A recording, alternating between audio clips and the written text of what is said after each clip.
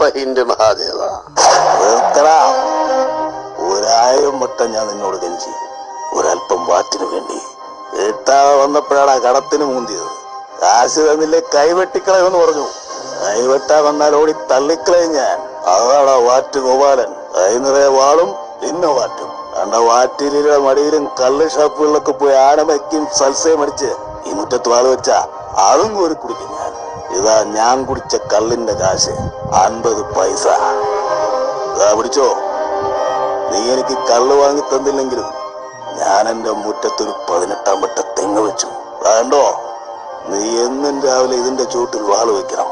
എന്നിട്ട് ഇതിന്ന് കിട്ടുന്ന കള്ള് ചെത്തി കുടിച്ചിട്ട് ഈ വാറ്റുഗോപാലം വാള് വെക്കൂ. പോയി നോക്കാൻ പറയടി അപ്പുറത്ത് ഞാൻ വെച്ച ആ മുട്ടം വാളിനെ. നീ പോയി മത്സരിക്ക്, എന്നിട്ട് ആ പൈന്റ് മാണിക്കത്തെ തോൽപ്പിക്ക്.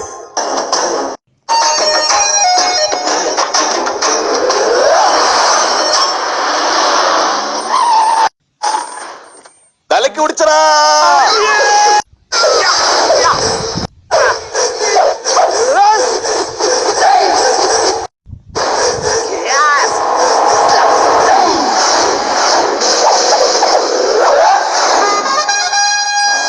അത് ശരി.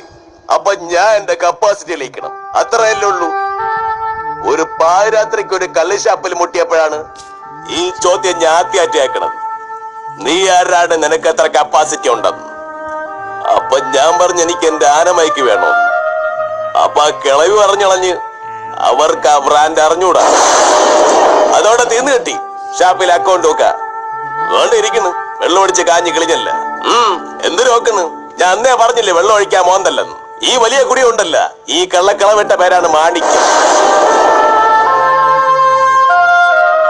പൈന്റ് മാണിക്യം. ഇനി ഞാൻ തന്നെയാണ് ആ കുടിയനെന്നുള്ളതിന് നിനക്ക് എന്തെങ്കിലും തമശം ഉണ്ടെങ്കിൽ അത് പൂർത്തിയാക്കി തരാനുള്ള അടയാളം ഉണ്ട് കേട്ടാ.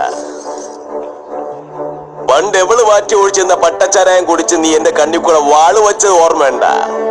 അന്ന് ആ വാള് വീണ് അടിച്ചു പോയതാണ് എന്റെ ഈ കണ്ണ്. ഇന്നും അതുപോലെ തന്നെ ഉണ്ട് കേട്ടാ. കാണാനക്ക്